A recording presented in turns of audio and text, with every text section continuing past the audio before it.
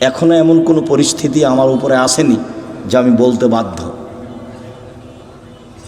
মায়ের দুধ ছেড়ে গিয়ে বলবে ও কালিমা তোমার আকাশ, এত বড় নোংরা কথা আমার ছেলে মেয়ে বলবে, এখনো এই পরিবেশ আমার কাছে আসেনি। যার কাছে বিদ্যা নাই, যার কাছে বুদ্ধি নাই, তার ছেলে মেয়ে করুক। আপনি কেমন বুদ্ধিমান মানুষ তা আমার কাছে ধরা পড়েনি। আপনার কাছে কি বিদ্যা আছে এটা আমার কাছে ধরা পড়েনি। সবচেয়ে বদের গোড়া হলো আপনার ওই ঠাকুর।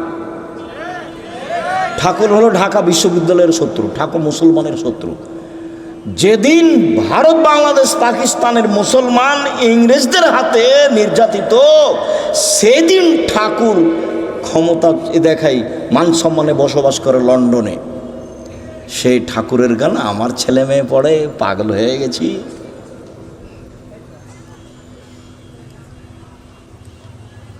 এ তো অবাক হয়ে গেল। এই তো নিজের ঘরের ওই কি বলছে গো, ব্রয়লার মুরগি জ্বালিয়ে দেয়, ইন্ডিয়া থেকে মুরগি নিয়ে আসতে হবে। মানে মাথায় গোবর আছে। নিজের মুরগি কি করতে হবে, জ্বালিয়ে দিতে হবে, ওখান থেকে ডিম আনতে। এত উল্টা বুদ্ধি, এটাও একটা উল্টা বুদ্ধি। চেষ্টা করো না কেন? কই বাগমারের ছেলে মেয়ে নাকি জেনারেল লাইনে পড়ে ইঞ্জিনিয়ার হয়ে, বড় ডাক্তার হয়ে জাতির উপকার করেছে। কোথায় উপকার করেছে? পুঠিয়া থানা না? তো পুঠিয়া থানার ছেলে মেয়েরা খুব ভালো পড়াশোনা করেছে, অনেক কিছু করেছে। আমি তো বলছি প্রায় 30 বছর থেকে, আমি তো 30 বছরের ওই সেই কত বালানগরে এসেছিলাম বহুদিন আগে, সেদিন আমি বলেছি তোর বাপের আকাশ।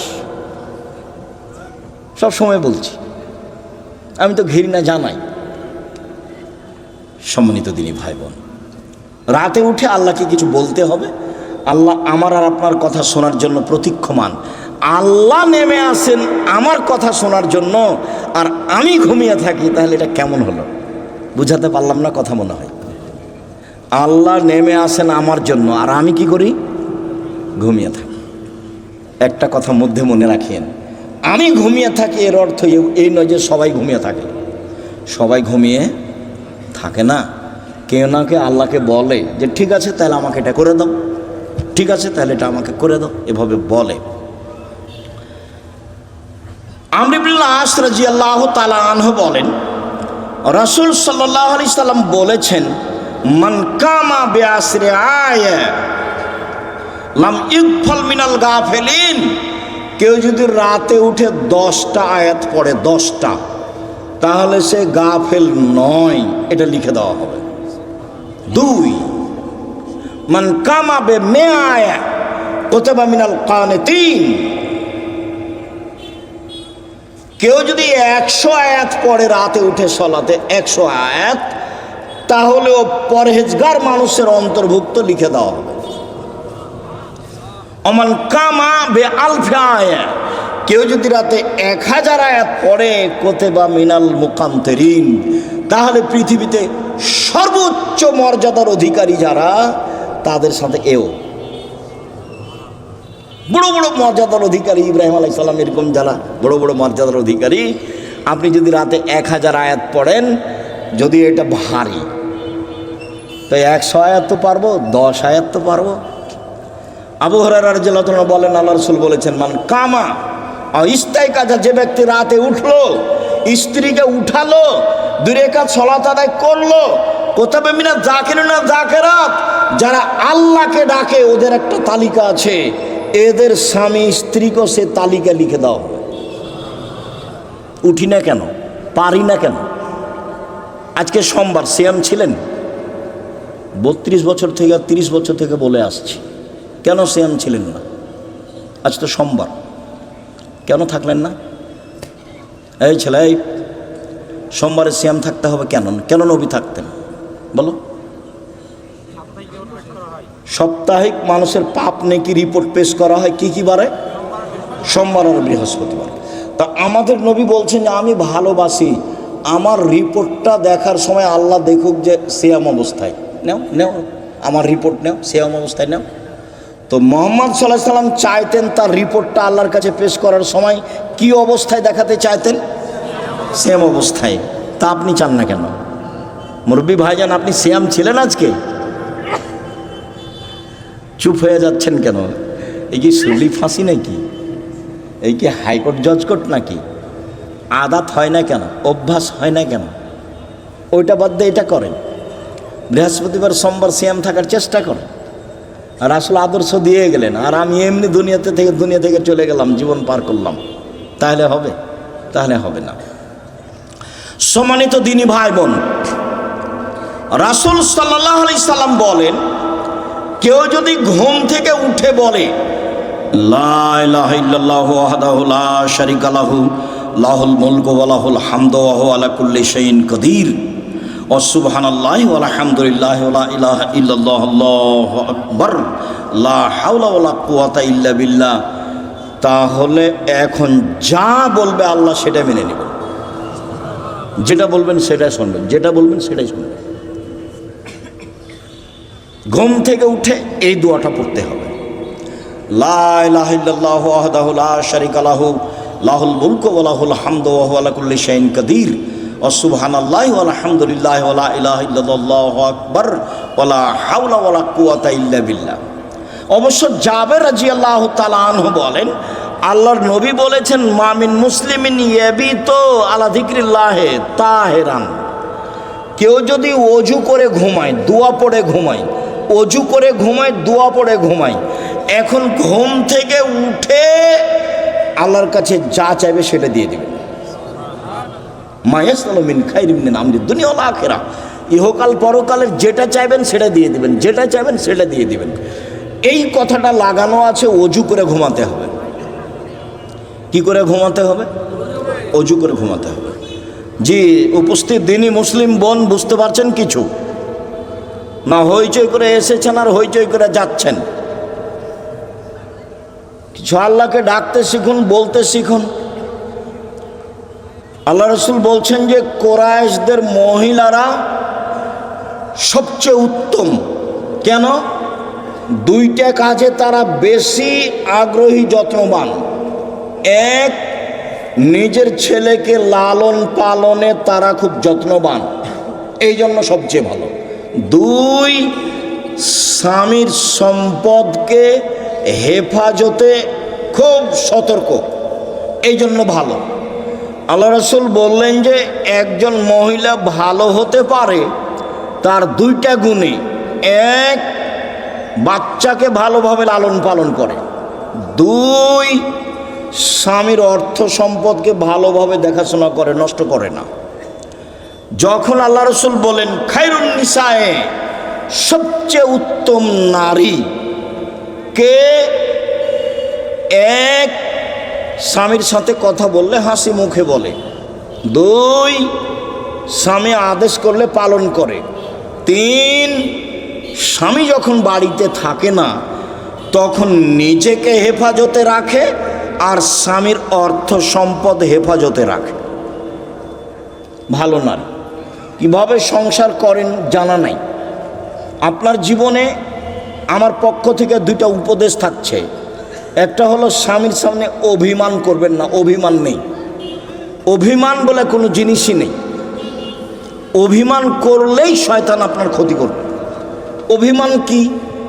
অভিমান আমাকে স্বপ্নপুরী দেখাতে নিয়ে গেল না। অভিমান কি? নাটোরের রাজবাড়িটা আমাকে একদিন দেখতে নিয়ে গেল না। অভিমান কি? এই কুরবানিতে একটা শাড়ি দিল না। এগুলো হলো অভিমান। অভিমান করলেই শয়তান সুযোগ পায়। আর যদি আপনি বলতে শিখেন যেভাবে আপনি রাখবেন আমি সেভাবেই খুশি, মোটা কাপড়ে আপনি খুশি তো আমি খুশি, চিকন কাপড়ে আপনি খুশি তো আমি খুশি, আমার পক্ষ থেকে প্রতিবাদ নেই, অভিমানও নেই, তো শয়তান কি করবে তাহলে? তো শয়তান মুখ বন্ধ করে সরে যাবে। আর যদি খালি অভিমান করেন আর যদি পূর্ণ না করে থাকে তাহলে সারা রাত শয়তান আপনাকে বলবে হলো হলো 3 মাস আগে একটা কথা বলেছিলি সেটাও মানেনি, গত রমজানে একটা শাড়ি চেয়েছিলি সেটাও মানেনি, হলো তোকে তোর কোনো কথাই মানবে না। তখন ঘুম থেকে উঠেও বলে যে তোর সংসারই করবো না, যা তুই আমাকে বাদ দে, তুই সংসারই করবো না, এখনই ছেড়ে দে, এখনই ছেড়ে দে, আমি তোর সংসার করব না। তখন এ নিরুপায় হয়ে বলে যে যা তাহলে করবি না তো কি করবো, আর 1 তালাক 2 তালাক 3 তালাক যা। যেমন 3 তালাক বলা হয়েছে তখন আর শয়তান নেই, চলে গেছে। এখন দুইজনই ফিরি। ইন্না লিল্লাহি ওয়া ইন্না ইলাইহি রাজিউন। এইবার ছেলে মেয়ে 3টে, যে খুব ঝামেলা। কয়দিন পরে দেখবেন স্বামী কাঠগড়ায় একদিকে আর স্ত্রী কাঠগড়ায় একদিকে। কয়দিন আগে একসাথেই ছিল। অভিমান করবেন না জীবনে। আপনি আমার দিনই বোন, আপনাকে আমি খাটো করতে আসিনি। অভিমান নেই আর প্রতিবাদ নেই। তুমি এ কথা বললে কেন? তোমার মা আমাকে এ কথা বললো কেন? তোমার বাপ আমাকে এ কথা বললো কেন? তুমি তোমার মায়ের কথা আমি শুনতে এসেছি? এরকম কোনো কথা চলবে না। ধৈর্যের পরিচয় দিতে হবে, সহ্য ধৈর্যের পরিচয় দিতে হবে, তাহলে সংসার সুন্দর হবে, শয়তান সুযোগ পাবে না। আর আপনাকে বলি, আপনি কোনো সময় মুখ খারাপ করিয়েন না। যখন সাহাবীগণ বললেন আল্লাহর নবী আমরা স্ত্রীদের কি হক আদায় করতে পারি, ওরা আমাদের কাছে কি পায়, তা আল্লাহ রাসূল 1 নম্বরে বললেন আতেমা মাতায়েমতা তুতেমা মাতায়েমতা, তুমি যেভাবে খাও সেভাবে খাওয়াবা, খাওয়া দিয়ে কথা শুরু। তাকসুয়া মাক্তাসাইতা, তুমি যে মানের কাপড় পরো সেভাবে পরাবা। ওলা তুকাব্বে, কটু কথা বলবো না, গালি দিতে হয় না, স্ত্রীকে মারতে হয় না, নিন্দা করতে হয় না, গালি দেওয়া হবে না, সমস্যা আসতেই পারে। আল্লাহ রাসূল বলছেন ওকে বাঁকা হাড্ডি দিয়ে সৃষ্টি করা হয়েছে, আপনি জোর করে সোজা করতে চাইলে ভেঙে যাবে, ভেঙে হওয়ার তালাক। আপনাকে ধৈর্যের পরিচয় দিতে হবে। আর তালাক দিয়ে নিজেকে খুশি করিয়েন না, তোকে জব্দ করেছি তালাক দিয়ে, এইটা দিয়ে খুশি করিয়েন না। অন্য পথ দিয়ে খুশি করেন, নিজেকে সান্ত্বনা দেন, তালাক দিয়ে নয়। মানে বেগুনের গাছে আছে 2-3টা বেগুন আছে, 2টা নিয়ে গেলেন, এখনো গাছটা আছে, আর মোলায়ের গাছটা তো গোটাটাই শেষ, তালাক দিলে সবই শেষ। তো যারা বলেছে 1 বৈঠকে 3 তালাক, তো রাগে তো বলেছে তোকে 1 তালাক, তোকে 100 তালাক দিলাম যা, তো তারা তো আরো বেকায় দেয়। আব্দুর রাজ্জাক সাহেব নাহি বলেছেন যে 1 বৈঠকে 3 তালাক, 1000 তালাক দিলে 1 তালাক, তবুও তো তালাক হয়েছে। স্ত্রীকে তালাক দিয়ে নিজেকে খুশি করিয়েন না, ভুল হিসাব। ধৈর্যের পরিচয় দেন, সংসার ভালো হবে। আর আপনি আমার দিনই বোন, একটু কিছু হলে বলবেন না তোর সংসার করবো না, তুই তালাক দিয়ে দে, তোর সংসার করবো না, তুই তালাক দিয়ে দে, তোর সংসারে থাকবো না, তুই আমাকে রেখেছিস কেন, এত কথা কেন আপনার? ধৈর্যের পরিচয় দেন। যখন শুধু খালি আমার কাছে যত ফতোয়া আছে 70 থেকে 75% ফতোয়া আছে তালাকের। মনে হচ্ছে মানুষের জীবন এখন তালাক দিয়ে চলছে। একটু রাগ করলেই ও শান্তি পাচ্ছে কি দিয়ে, তালাক দিয়ে। ওয়ে বলছে তুই তালাক দিয়ে দে, আর এও বলছে তোকে তালাক দিলাম, তোকে তালাক দিলাম। তালাক তো দেওয়া আল্লাহর বিধান, তারপর বলছে ক্ষমা চেয়েছি। ওকে হুজুর নাকি বলেছে যে তালাক দিয়ে ক্ষমা চেয়েছে, তার মানে হুজুরকে ক্ষমা চাইতে হবে আল্লাহর কাছে। তালাক দিয়েছে সেটা তো আর পাপ নয়, সেখানে ক্ষমা চাইতে হবে কেন? বলে আমাদেরকে তওবা পড়িয়ে মিল করে দিয়েছে, বলে হুজুরকে তওবা করতে হবে। এখন হুজুরকে তওবা করতে হবে যে তালাকের তওবা পড়িয়ে মিল করে দিয়েছি, তো তালাকের তওবা কেন? তালাক তো আল্লাহর বিধান। তালাক কার বিধান? আল্লাহর বিধান। তাল্লিকুহুন্না লিইদ্দাতিহিন্না, পৃথিবীর মানুষ তোমরা তোমাদের স্ত্রীকে তালাক দাও যখন সে ইদ্দাত থেকে পবিত্র হয়েছে, সংসার না চললে তালাক দাও, ওটা আল্লাহর নবীও বলছেন। তো সেখানে পাপ হলো কি করে যে তওবা পড়িয়ে তাদেরকে একসাথে করে দিল? তালাক তো একটা বিধান। মানুষের সংসার শেষ পর্যন্ত যদি নাই চলে, তাহলে এই পথে ফিরে আসতে হবে। সম্মানিত দিনী ভাই বোন, বলছিলাম 1 মানগত খাবার দিবেন, 2 মানগত কাপড় দিবেন, 3 গালি দিবেন না, নিন্দা করবেন না, 4 কটু কথা বলবেন না, মারবেন না, 5 নিজের বাড়ি ছাড়া কোথাও থাকতে দিবেন না। আপনার বাড়িতে থাকবে, আপনার স্ত্রীটা যে আপনার মাথায় থাকে যেন, হাট বাজারে তাকে যেতে হবে না। আর আপনি মহিলা মানুষ হাটে যান কেন, বাজারে যান কেন? আপনার স্বামী মরেছে, দেবর মরেছে, ভাসুর নেই, দেবর নেই, শ্বশুর নেই, বাপ নেই। যেদিনই কোনো শিক্ষক আমাকে বলে আব্দুর রাজ্জাক সাহেব দুদিন ছুটি নিতে হবে, কেন? আমার ছেলের আঁকিকা। তখন আমি বলছি আপনার বাপ আছে? বলে হ্যাঁ আছে। শ্বশুর আছে? হ্যাঁ আছে। তো কী ব্যাপার, বাপের সাথে কথা হয় না নাকি? বলে হ্যাঁ হয়। তো আঁকিকার জিম্মেদারি আপনার মাথায় কেন? আপনার বাপের সাথে সম্পর্ক কেমন? আপনি টাকা দিয়ে বলেন আব্বা এটা খাসি কিনে নিয়ে আসেন, দুটা খাসি কিনে নিয়ে আসেন আঁকিকাদের, আপনার বাপও খুশি হবে। হ্যাঁ বেশ, আমার ছেলে আমাকে বলেছে ছেলের কাজ করতে বাপকে খুব ভালো লাগবে, তে মাতাপুরি করতে যাচ্ছে।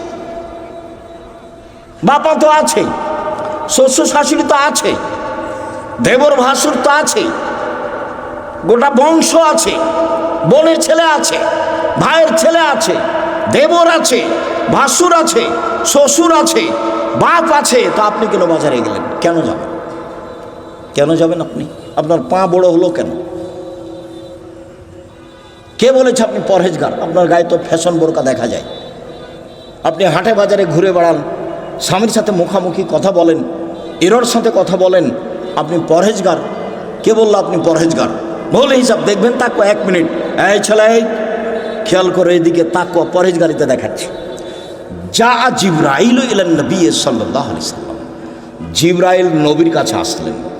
নবীর কাছে এসে বলছেন হাজিহি খাদিজা, এই যে খাদিজা, এই যে খাদিজা আতাত, এই যে আসছে, এই যে খাদিজা আসছে, মাহা এনাউন, তার সাথে আছে একটা পাত্র, ফিহে এদামুন তম, তাতে আছে তরকারি, তাতে আছে খাদ্য, তাতে আছে তরকারি, তাতে আছে খাদ্য।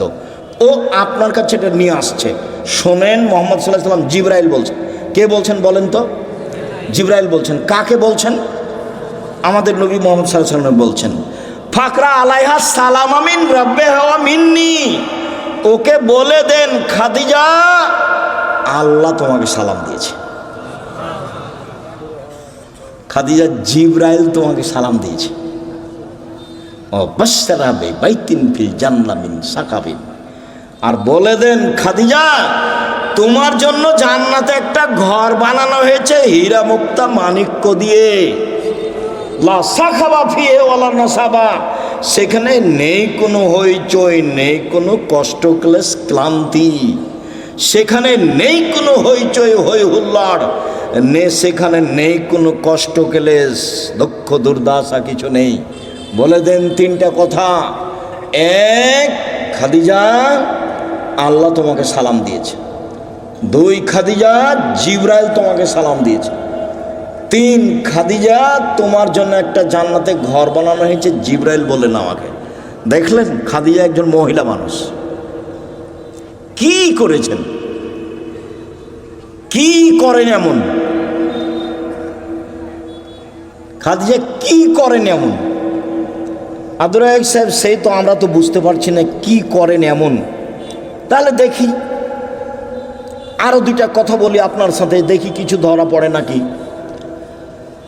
ইব্রাহিম আলাইহিস সালাম তার স্ত্রী সারাকে নিয়ে এক এলাকা পার হচ্ছিলেন। ইব্রাহিম সালামের স্ত্রী পৃথিবীর ইতিহাসে সবচেয়ে সুন্দরী মহিলা সারা, এ কথা মুহাম্মদ সাল্লাল্লাহু আলাইহি সাল্লাম বলেন। তো ইব্রাহিমকে বলা হলো যে আপনার স্ত্রীকে স্বৈরাচার সরকার ডেকে পাঠিয়েছে।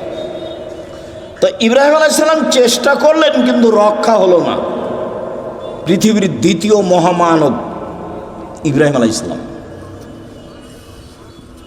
শেষ পর্যন্ত বললেন যাও, স্বৈরাচারী সরকার তোমাকে ডেকে পাঠিয়েছে, যাও।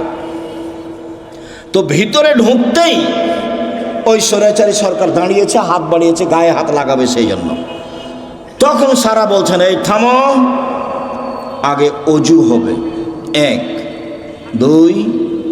2 রাকাত সালাত হবে, তারপরে কোনো কথা। অজু করে 2 রাকাত সালাত আদায় করে বলছে আল্লাহুম্মা, হে আল্লাহ, ইন কুনতু আমানতু বিকা ওয়া রাসূলিকা, আমি সারা যদি তোমাকে মেনে নিয়ে থাকি যে তুমি আল্লাহ, আমি সারা যদি তোমার নবী ইব্রাহিমকে নবী বলে মেনে নিয়ে থাকি যে ইব্রাহিম নবী, আমি মেনে নিলাম, তিন, আমার জিন্দেগিতে যদি আমি আমার লজ্জা স্থানকে আমার স্বামী ছাড়া কাউকে ব্যবহার করতে না দিয়ে থাকি, এই কথা তিনটা যদি আমার সত্য হয়ে থাকে, নির্জনে এই স্বৈরাচারী শাসক যেন আমার গায়ে হাত লাগাতে না পারে। কথা শেষই হয়নি, উল্টে পড়ে গেছে ও। দেখলেন না ইমানের দাবি কেমন? পারবেন? হাটে বাজারে হ্যাঁ করে হাঁটছেন আর ঘুরে বেড়াচ্ছেন, কি দিয়ে হবে? বাড়িতে যেমন টিভি চলছে, স্বামী তো কেমন আপনি ভালো জানেন। আপনার স্বামীকে আমি খাটো করে কষ্ট আপনাকে দিতে চাই না, তবে আপনার স্বামী কাপুরুষ আমার কাছে ধরা পড়ে, এটা ঠিক।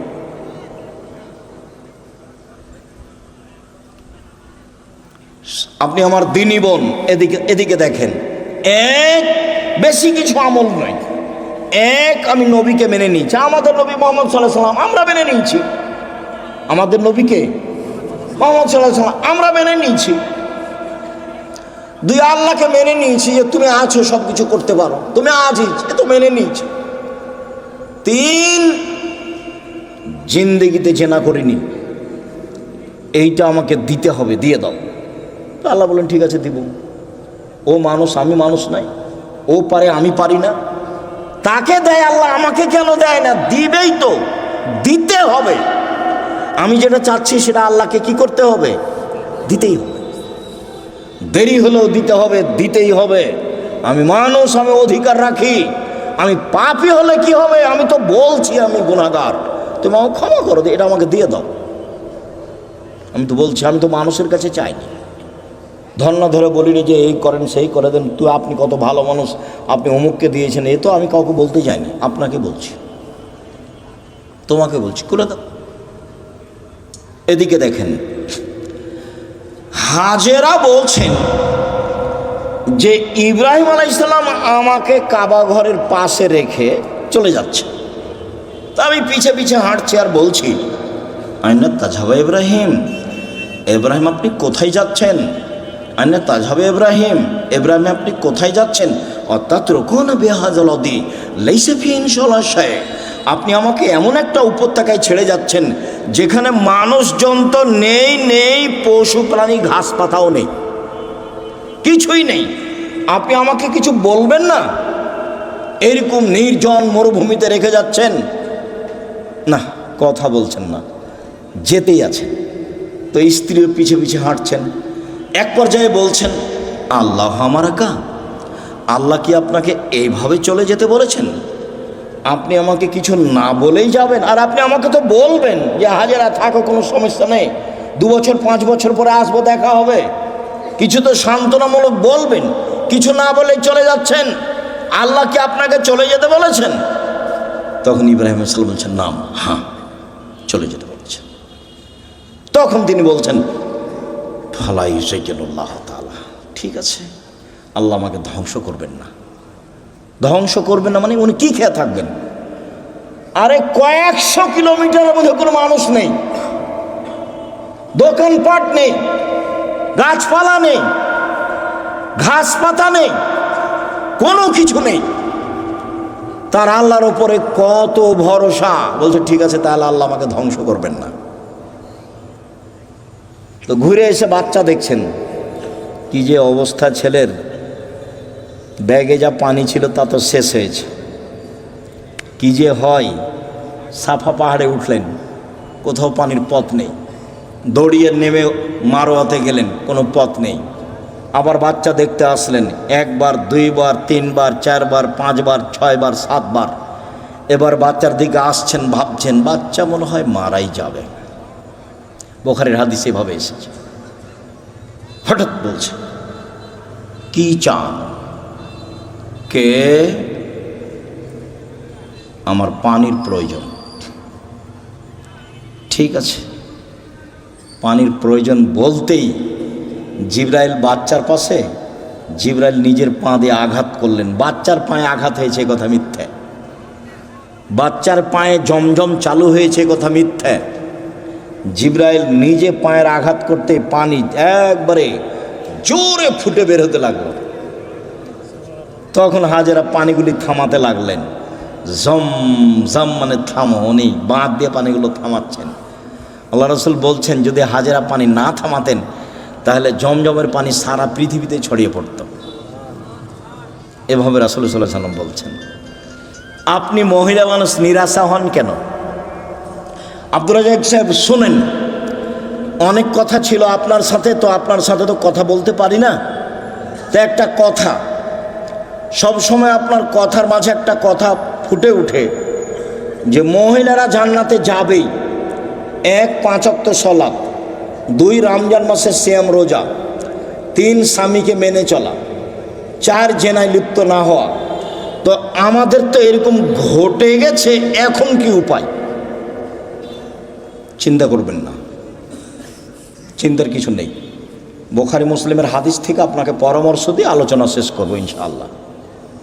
1, আপনি আজ থেকে বন্ধ করেন, কোনো ছেলে যদি আপনার সাথে কথা বলতে চায় তাহলে আপনি বলবেন ইন্নী আখাফুল্লাহ, আমি আল্লাহকে ভয় করি। তোমরাকে বলছি, মোবাইলে কোনোদিন আর মেয়ের সাথে কথা বলবো না, বলবো যে আল্লাহকে ভয় করি। খালি যদি আল্লাহকে ভয় করি এই কথা বলো তো পরকাল তো টিকবেই। পৃথিবীর কোনো বিপদ তোমার সামনে এসে তোমাকে ধ্বংস করতে পারবে না। 1, 2, জেনা বন্ধ, আজ থেকে বন্ধ। তুমি যদি এই সিদ্ধান্ত নিতে পারো জেনা বন্ধ, যে কোনো বিপদ থেকে বেঁচে যাওয়া। প্রমাণ দিতে পারবা? ওই যে বুখারী মুসলিম, ওই যে ঘটনা, 3 জন রাস্তায় হাঁটছিল, বৃষ্টি আসলো, গর্তে ঢুকে গেল, ওপর থেকে পাথর এসে মুখটা আটকা পড়ে গেল। একজন বলল যে বাপ মাকে ভালোবাসি, পাথর সরিয়ে দেন। তা আল্লাহ বললেন দিলাম। একজন বলল যে একটা লোককে কাজে নিয়েছিলাম, অর্ধেক দিন কাজ করে চলে গেল, টাকা দিতে চাইলাম, নিল না।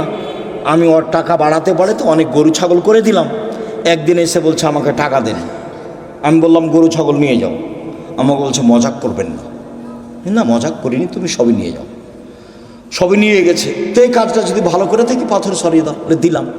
তার একজন বলছে আমার চাচাতো বোনের সাথে আমি জেনা করতে চেয়েছিলাম, তো আমাকে 200টা স্বর্ণ মুদ্রার কথা বলেছিল। আমার চাচাতো বোন ভেবেছিল আমি গরিব মানুষ, টাকা সংগ্রহ করতে পারবো না স্বর্ণ মুদ্রা। আমি হাড় ভাঙা পরিশ্রম করে লম্বা সময় 200 দিরহাম দেনার জমা করে তাকে দিলাম। আমি জেনায় বসেছি, জেনা করব। তখন আমাকে বলছে দেখ আল্লাহকে ভয় কর, আমাকে অসতী প্রমাণ করিস না। দেখ তুই আল্লাহকে ভয় কর, আমাকে জেনাকারিনী মহিলা হিসাবে গণ্য করিস না, আমাকে অসতী প্রমাণ করিস না। তা আমি অন্যায় করিনি, উঠে গেছি।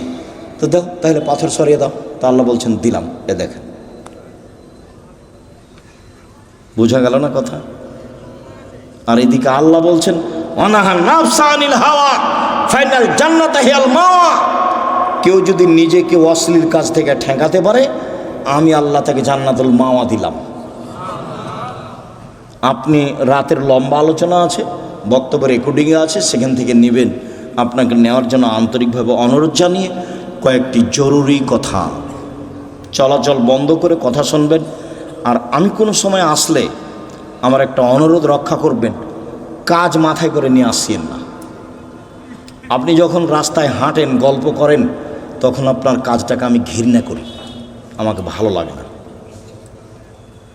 আর আমি আমার কথার উপরে খুব বিশ্বাসী যে আমি কোরআন হাদিসের কথা বলি। আমার জীবনে আমি কোনোদিন রূপক অপ্রয়োজনীয় কথা বলিনি। তো আপনার হেঁটে বেড়াটা, আপনার গল্প করাটা, আপনার চায়ের স্টলে বসে থাকাটা, এটা আমি ঘৃণা করি। কাজে এই সময় আপনি আমাকে কাজ দেখাবেন না। কি করবেন? গিয়ে দোকানে বসে থাকবেন, নাহলে বউয়ের সাথে গিয়ে ঝগড়া লাগাবেন। কি কাজ আছে?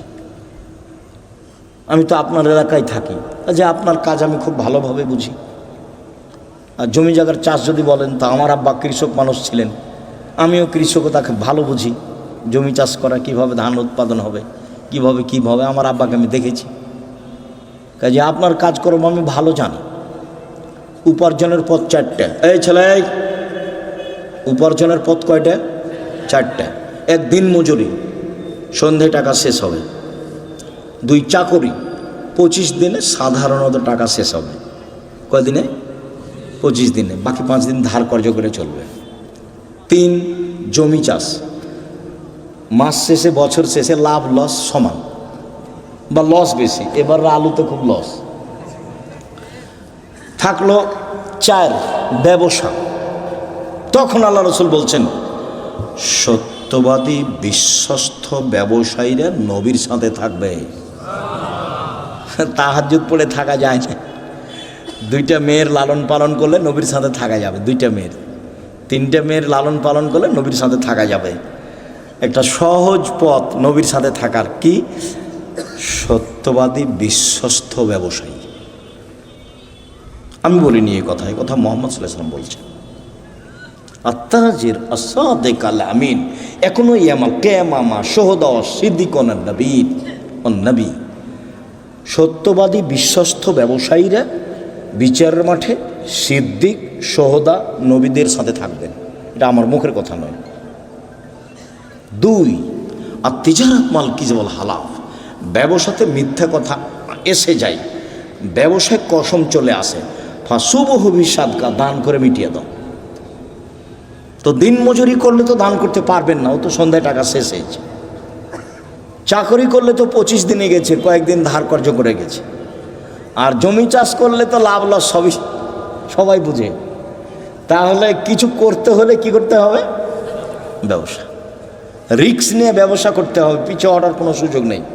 আব্দুর রাজ্জাক সাহেব, আমি করেছিলাম 10 লাখ টাকা লস, চিন্তা করবেন না, পিছু হটার সুযোগ নেই, ব্যবসায় করতে হবে। তবে যে ব্যবসা ধরে আছেন সেটাকে সহজে বাদ দিয়ে আরেকটা করতে যাবেন না, ওটা আল্লাহ রসুল না করেছেন।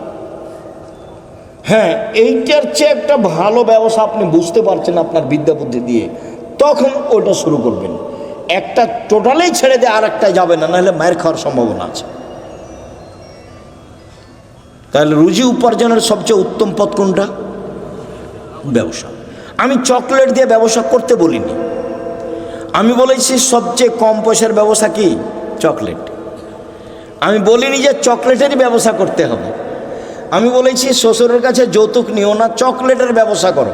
তা আমি কি চকলেটেরই ব্যবসা করতে বলেছি, না লোন লাগবে না? কিদের ব্যবসা কিসের করতে হবে? কম টাকার, তাহলে লোন নেওয়া লাগবে না। কলার ব্যবসা করতে বলেছি, লোন নেওয়া লাগবে না।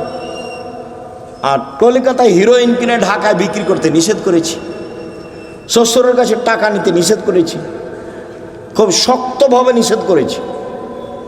এবং এ কথা বলেছি, ভিক্ষা করে টাকা দিয়ে চাউল কিনে ভাত খেয়ে ইবাদত কবুল হবে, শ্বশুরের কাছে যৌতুক নিয়ে এসে টাকা দিয়ে চাউল কিনে ভাত খেয়ে ইবাদত কবুল হবে না। শ্বশুরের কাছে টাকা নেওয়া জুলুম, ওটার নাম কি? যৌতুক। সন্ধ্যা হতে হতে টাকা ফেরত দিতে হবে, দিতেই হবে যে কোনো মূল্যে। নিজে উপার্জন করে খেতে শিখো, দিন মজুরি করে খাও, সহজ পথ। ব্যবসা করো ছোট, সহজ পথ। শুকরিয়া, জাযাকুমুল্লাহ খায়র। সম্মানিত দিনী ভাই বোন, আপনাদের সাথে জরুরি কথা। কোনোদিন আসলে এই থামো, ছেলে থামো, সবাই উপস্থিত হওয়ার চেষ্টা করবেন, ভাই বোন সবাই। 1 জরুরি কথা, আল ইতিসাম পত্রিকা সহ অন্যান্য বইগুলি নিয়ে যাবেন। যে আলোচনা করছিলাম সে আলোচনা উপদেশ বইয়ে আছে আর আদর্শ নারীতে আছে। জরুরি কথা, সামনে মাসে 6-7 সম্মেলন, সবাই আসবেন, দেশ বিদেশের আলেম ওলামা আছে। 6-7-9 কখন সরাসরি নিজ চোখে দেখতে পাবে জান্নাতে। শফিকুল নামের এক যুবক, আগামীকাল তার অপারেশন, তার জন্য দোয়া। আজবিল বাস রব্বানা সাসপেন তাসাফিল্লা সেফাইল্লা। কিছু ইসলামী দলের নেতারা পূজা মণ্ডপে পরিদর্শন করেন। পূজা মণ্ডপে যাওয়া হারাম, শিরক। আমাদের এই মোল্লাপাড়ায় নতুন ঈদগাহ ময়দান হয়েছে, যেখানে প্রথম জামাতে নামাজি পড়ে হাত তুলে দোয়া করা হয়নি। ঈদের নামাজের পরে হাত তুলে দোয়ার বিধান কি? ঈদের নামাজের পরে হাত তুলে দোয়া করার বিধান বিদাত। হ্যাঁ, হাত তুলে দোয়া করা তো ব্যক্তিগত ব্যাপার। এই যে দোয়ার বই আছে, নিয়ে যান, পড়েন। 16টা স্থান উল্লেখ করা আছে, আর 32টা হাদিস দেওয়া আছে হাত তুলে দোয়া করার। হিন্দুর মন্দিরে গিয়েছে,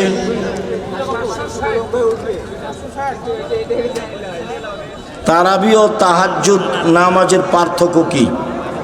তারাবি তাহাজ্জুদ একই। তারাবি পড়লে তাহাজ্জুদ পড়তে হবে না, তাহাজ্জুদ পড়লে তারাবি পড়তে হবে না। কোন ইসলামী দলকে ভোট দেব,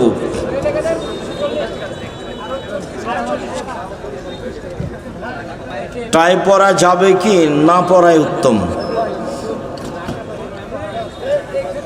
কি বিকৃত যৌনাচারে আসক্ত হলে ওই থেকে ফেরার উপায় কি? রাতে উঠে কান্নাকাটি করতে হবে, তাসবিহ তাহলিল করতে হবে, কোরআন তেলাওয়াত করতে হবে। বেতের সালাতে দোয়া কুনুত পড়া কি বাধ্যতামূলক? মাঝে মধ্যে 2-1 দিন পড়বেন। আমরা রমজান মাসে 2-1 দিন পড়ি। দোয়ায়ে কুনুত এভাবে পড়তে হবে না। আল্লাহ রাসূল দোয়ায়ে কুনুত পড়েছেন বেতরে, তা প্রমাণ হয় না, তবে হাদিসে এসেছে সাহাবীগণ পড়তেন। মাঝে মধ্যে দোয়ায়ে কুনুত পড়বেন, বেতের পড়তেই হবে। দোয়ায়ে কুনুত পড়তে পারেন মাঝে মধ্যে, দোয়ায়ে কুনুত বেতের পড়লেই দোয়ায়ে কুনুত পড়তে হবে কথা ঠিক নয়। কেউ যদি কোনো দিন দোয়ায়ে কুনুত পড়তে চায় তাহলে বেতের সালাতে রুকুর আগে বা পরে পড়বে। কেউ যদি কোনো দিন দোয়ায়ে কুনুত পড়তে চায় তাহলে বেতের সালাতে রুকুর আগে বা পরে পড়বে। কেউ যদি কোনো দিন দোয়ায়ে কুনুত পড়তে চায় তাহলে বেতের সালাতে রুকুর আগে বা পরে পড়বে।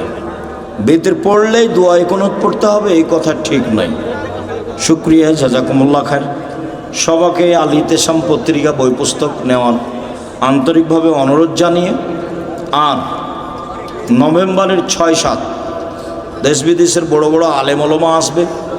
আর জামিয়া সালাফে আপনাদের নিজের প্রতিষ্ঠান, আপনাদের এলাকায়, কাজে কষ্ট হলে সবাই গিয়ে